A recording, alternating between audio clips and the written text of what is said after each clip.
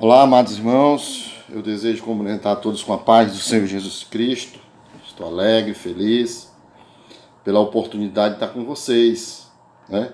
Falando das Sagradas Escrituras. E falar das Sagradas Escrituras é sempre um prazer, é sempre uma honra, né? E desde já eu quero ler com vocês um texto das Sagradas Escrituras, está lá em Gálatas, capítulo 6 e versículo de número 1. Primeiro versículo vai nos dizer assim: Irmãos, se alguém for surpreendido em alguma falta, vós que sois espirituais, corrigi-o com espírito de brandura, e guarda-te para que não sejas também tentado. Né? Que já podemos ver que está falando a respeito do pecado. Alguém que é tentado a pecar. Né? Então já vem esse conselho aqui no livro de Gálatas. Vamos orar, agradecer a Deus pela oportunidade. Amado Deus, querido Pai, obrigado, Senhor, pela oportunidade de estar na Tua presença, Senhor. E neste momento, te engrandecer, te honrar pela Tua bondade e pela Tua misericórdia. Assim, Senhor, que neste momento, Pai, te pedimos, no nome do Senhor Jesus Cristo, nos use para a glória do Teu nome, para o louvor do Teu nome, Senhor, e para o engrandecimento, Pai, e o aprendizado da Tua igreja, Pai, porque eu te peço e te agradeço no nome do Senhor Jesus Cristo. Amém. Queridos, que bom estarmos aqui a convite do nosso amado e querido irmão João Batista, missionário João Batista, para trazer uma palavra a respeito desse tema, né? Pecado. O pecado que é uma realidade, né, irmãos? O pecado que podemos perceber, podemos ver no dia a dia a sua realidade, né? Aonde ele entra, o que ele faz. Podemos ver vamos dizer, o retrato do pecado nos túmulos, né? Nos túmulos. Podemos ver o resultado do pecado nas cadeias, não é verdade? Nos hospitais psiquiátricos, né? Podemos ver nesses locais, em vários outros locais que a gente poderia elencar aqui agora, demonstrando essa mazela que penetrou, né? Que teve a audácia, né? De penetrar até nas regiões onde derrubou de lá anjos poderosos, né? Anjos que estavam lá para glorificar o Senhor, mas que caíram, que falharam, tá certo?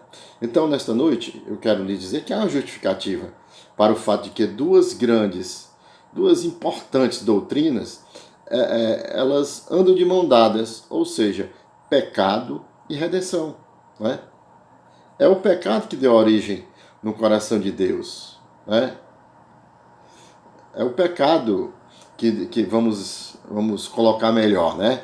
É o pecado que deu origem à redenção no coração de Deus.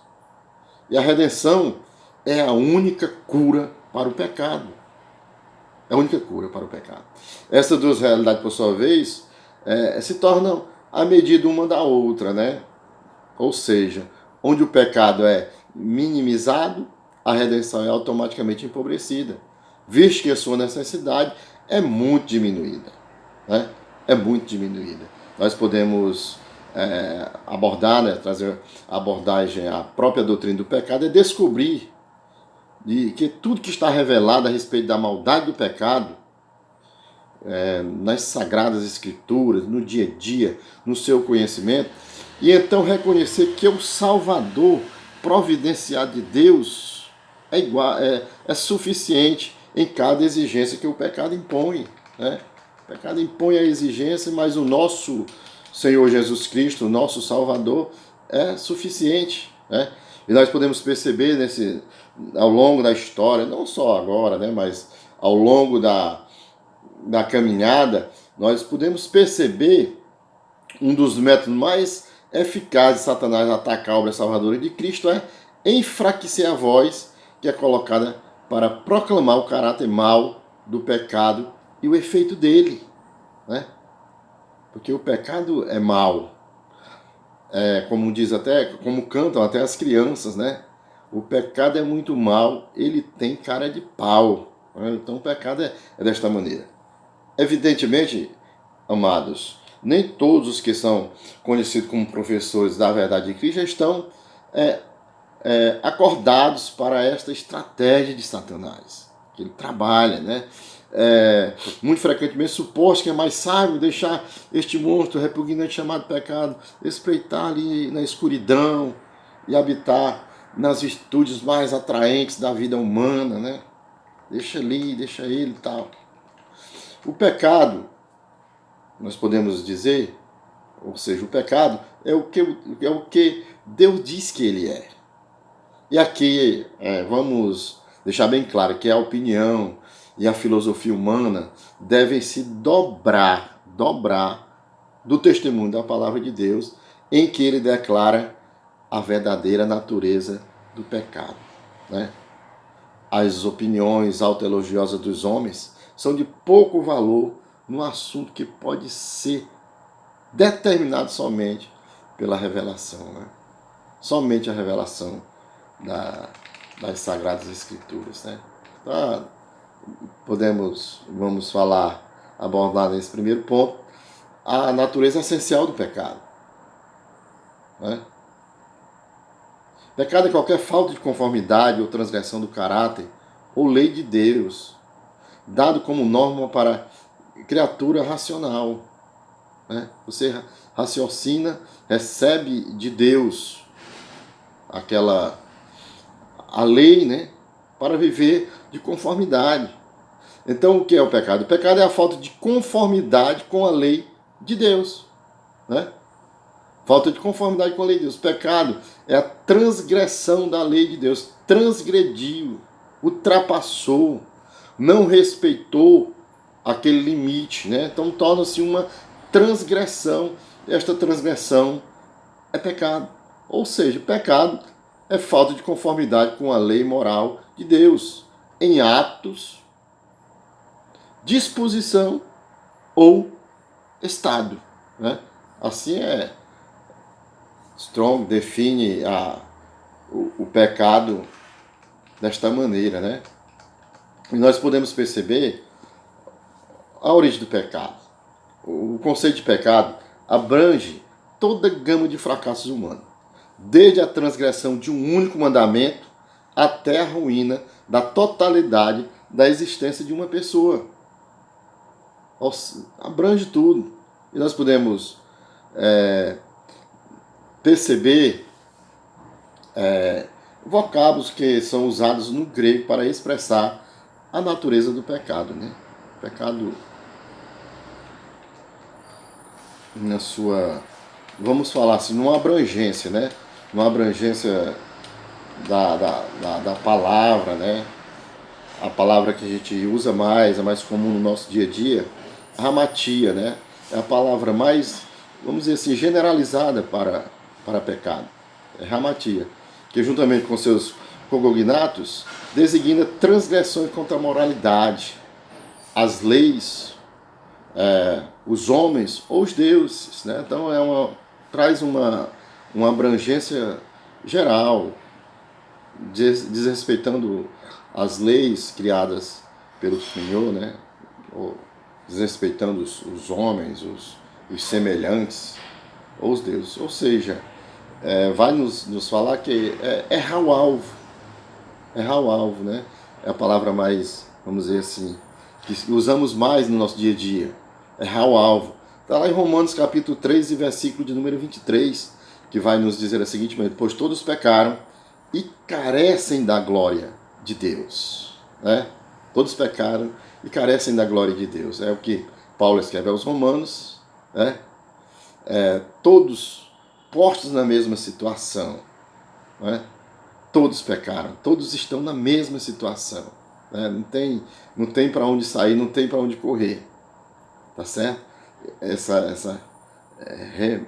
Marton O texto grego deduz que até os mais justos entre nós seguem destituídos da glória de Deus continuamente.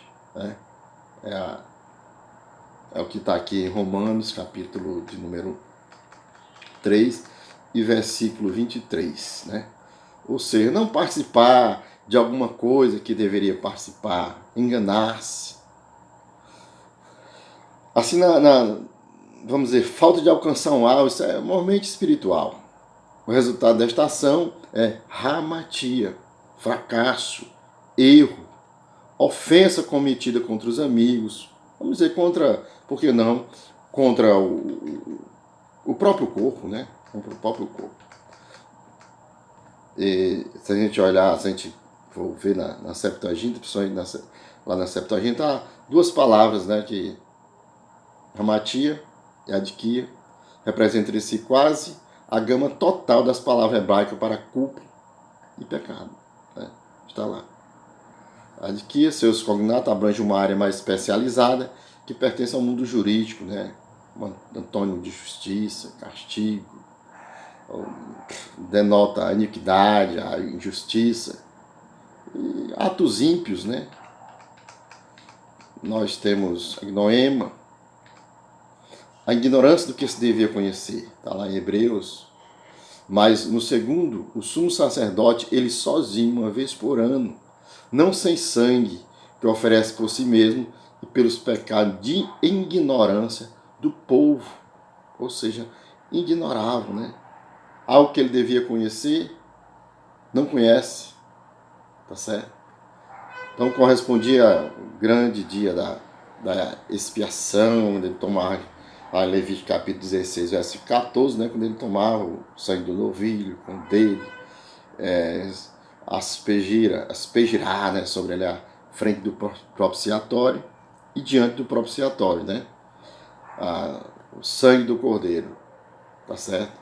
Tendo ali o dia mais aos 10 deste mês, será o dia mais ao 10 deste mês, sétimo, será o dia da expiação, tereis santa convocação, e afligirei a vossas almas e trareis oferta queimada ao Senhor. Né? Então aquele dia,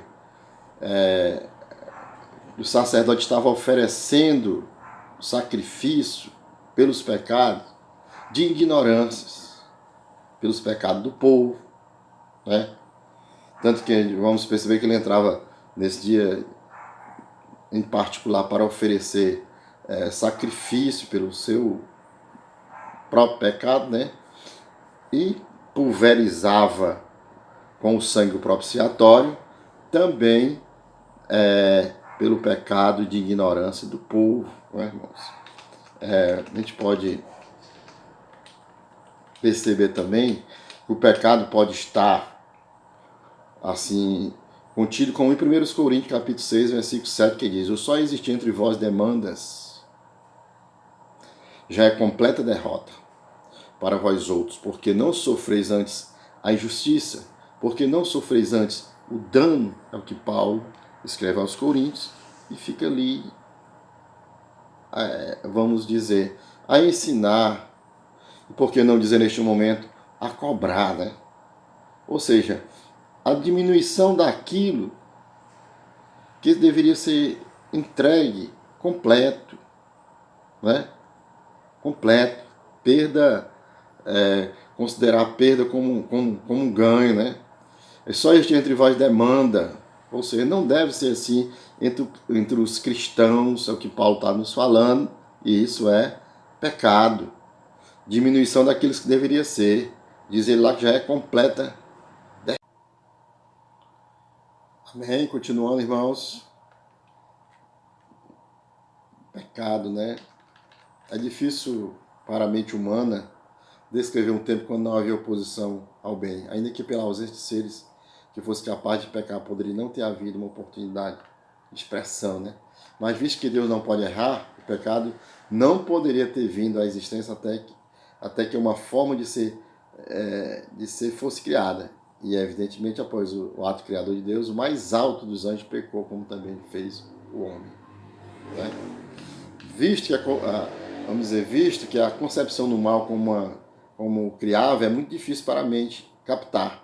O problema de sua procedência não é facilmente solúvel. Entretanto, a origem do pecado, que faz referência à primeira e real desobediência ao ideal divino, é registrada nas Escrituras, e a sua culpa é ali distintamente atribuída àquele que pecou. Embora tanto o bem quanto o mal adquira o seu caráter distinto a partir da perfeição, vamos dizer, essencial e imutável de Deus. Ele, por ser infinitamente santo, não poderia criar o mal, embora pudesse, por razões suficientes, permitir as suas manifestações. Né? Permissão divina do pecado. A presença do pecado no universo é devido ao fato de que Deus o permite. Ele deve servir para algum propósito justificável, não atingível de outro modo. Do contrário, ele não o permitiria. E se o permitir, acabaria com ele sem demora, né? Ou se o permitisse, acabaria com ele sem demora. O propósito divino relativo ao pecado não foi revelado. Sem dúvida, a mente humana não pode compreender tudo que está envolvido. Não tem, né? Como esmiuçar tudo. Almas devotas continuam a crer que, embora nenhuma manifestação do pecado seja possível fora da vontade permissiva de Deus, ele é em si mesmo sempre isento de qualquer cumplicidade com o mal que permite. Né? O Jó, quando argumentou com Jeová a respeito de Jó, Satanás reconheceu a permissão soberana de Deus a respeito do mal. Estende, porém, a mão e toca-lhe em tudo o que tens, verás, e não blasfema contra ti na tua face. Né? Reconhecendo. Como a resposta a este desafio, Jeová disse a Satanás, disse o Senhor a Satanás, que tudo quanto ele tem em seu poder, somente contra ele não estenda a mão. E Satanás saiu da presença do Senhor. Ou seja, há limitações. Há limitações, né? Há limitação.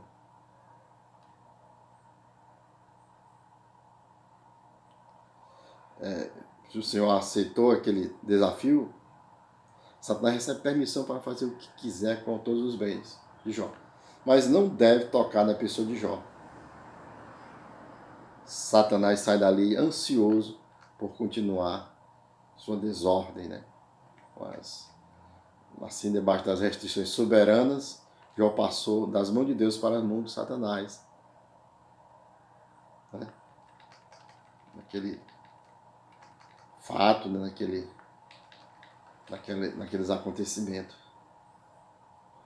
E o reconhecimento divino da livre escolha da criatura, né? Evidentemente, o propósito de Deus é assegurar um grupo de seres para a sua eterna glória, que passam a possuir pela vida, pela virtude que resulta de uma vitória do livre-arbítrio sobre o mal. Na verdade, ele terá operado neles pelo seu próprio poder. Né? Pelo seu próprio poder.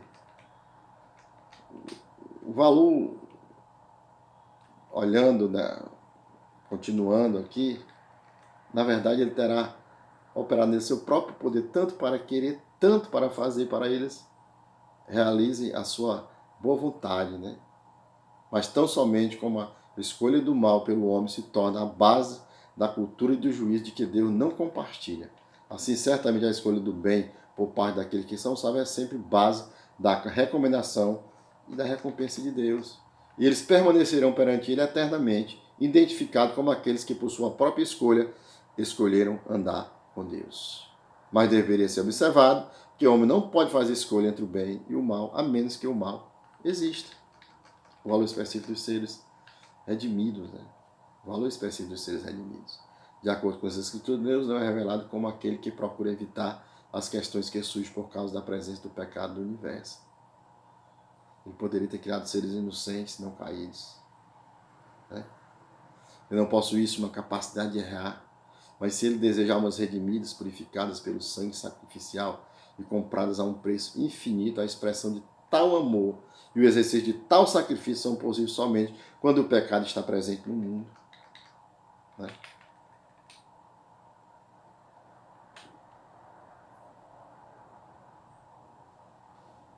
Olhando a aquisição do conhecimento divino, né? Pode falar aqui um pouco também. As criaturas que vêm da mão de Deus devem, por um processo de aprendizado, obter aquele conhecimento que Deus possui eternamente. Eles podem aprender pela experiência e pela revelação, mesmo Cristo no seu lado humano, tornou-se perfeito através de sofrimentos, embora fosse filho, todavia aprendeu a obediência pelas coisas que ele sofreu. Né? Não há uma sugestão em qualquer texto da Escritura que tenha a vida mais leve, mancha de pecado nele, ou que tenha necessidade de aprender a profunda realidade do pecado. Né? Não. Por outro lado, o homem deve aprender tanto a respeito do bem quanto do mal. Ele deve perceber a malignidade do pecado se ele quer obter em algum grau o conhecimento que Deus possui. Mas ele não pode obter tal conhecimento a menos que o pecado exista como uma realidade viva, que sempre demonstra o caráter pecaminoso. Né? A essa altura, irmãos, é razoável inquirir. Quando da experiência do pecado e suas consequências, deve a humanidade penetrar para que o conhecimento do pecado possa ser obtido? A resposta a esta pergunta não é facilmente formulada. Fica evidente que o homem aprende sobre a realidade do pecado, tanto do sofrimento que ele impinge, quanto da revelação concernente ao juízo que Deus impõe sobre aqueles que pecam. Né? Se o homem quer aprender bem a sua lição, o sofrimento não pode ser diminuído, nem os julgamentos de Deus reduzidos. Concluímos, portanto, que se o homem deve obter o conhecimento do bem e do mal, deve haver o mal no mundo com todos os seus efeitos, assim como prospecto do juízo divino por causa do pecado. Né? Por causa do pecado. Aprendizado. A respeito, né, do tema instrução aos anjos, né, a respeito de certo texto das Escrituras Sagradas. É até possível, vamos dizer, concluir que os anjos observam os homens sobre a terra e aprendem fatos importantes através da presente experiência dos seres humanos. Né? Então lá, Pedro vai nos dizer, né, que a eles foi revelado que não para si mesmo, mas para vós outros ministravam as coisas, que agora vos foram anunciadas por aqueles que pelo Espírito Santo, enviado do céu, vos pregaram o Evangelho. Coisas essas que os anjos anelaram para escutar. Seria tão necessário para os anjos aprender a verdade com respeito ao que o pecado faz, e como é para eles aprender a verdade a respeito daquilo que é o bem, né? Mas a aquisição do conhecimento do mal através das experiências humanas deve ser negada aos anjos, a menos que o mal seja permitido como um princípio ativo do universo. Né? Princípio ativo do universo. A demonstração do ódio divino ao pecado. É evidentemente importante mensurar para Deus demonstrar o seu ódio ao pecado. O apóstolo Paulo declara que Deus, querendo mostrar a sua ira e dar a conhecer o seu poder, né? Suportou com longanimidade os vasos de ira preparados para a perdição. Romanos 9, 22. Mas nenhum julgamento, ira ou poder em relação ao pecado poderia ser revelado da parte da presença permitível. Mas nenhum julgamento, ira ou poder em relação ao pecado poderia ser revelado à parte da presença permitida do pecado ativo no mundo. Né? O julgamento do justo, os julgamentos justos de todo mal. Né? Muito além dos meros detalhes da expressão do pecado, é essencial o fato do princípio do mal, que se ele deve ser julgado por Deus, deve evidentemente ser manifestado numa demonstração aberta de seu real caráter. Né? Tal demonstração não poderia ser assegurada com o pecado, que existe apenas como uma questão hipotética. Ele tinha de se tornar concreto e aprovar a sua oposição a Deus, né? Como foi observado no estudo os comentários acima, né? De Satanás querendo subir, né? Querendo ser igual. A manifestação também do exercício da graça de Deus, né? Já caminhando para a nossa conclusão, né? Caminhando para a nossa conclusão. A manifestação e o exercício da graça divina. Finalmente, e de maior importância, houve algo em Deus que nenhum ser criado jamais havia visto. As hostes angelicais haviam visto a sabedoria, seu poder e a sua glória. Mas eles nunca haviam visto a sua graça. Eles não tinham uma ideia da bondade de Deus aos que não a mereciam. Eles podem ter visto alguma coisa do seu amor, mas amor e graça não são a mesma coisa. Deus poderia amar pecadores a quem de forma alguma estava livre para conceder com justeza os seus benefícios, pela ausência do sacrifício redentor, reconciliador e propiciador. Por um ato maravilhoso de misericórdia, no dom de seu Filho como sacrifício por pecadores, ele abriu o caminho para o exercício de sua graça, para com aqueles que por causa de seus pecados mereciam somente a sua ira. Mas poderia não haver um exercício da graça divina para com os pecadores, com o demédio de até que houvesse um mundo, né? Assim que ficaria declarado que a revelação da graça divina nas eras vindouras, com toda a sua importância maravilhosa. Efésios 2,7, né? Para mostrar nos séculos vindouros, meu Deus, a suprema riqueza da sua graça, bondade para conosco em Cristo. Sua graça em bondade para conosco em Cristo, né? Cristo, a bondade de Deus manifestada, né? A bondade de Deus manifestada. Deus pode nos mostrar a bondade só através da cruz, né?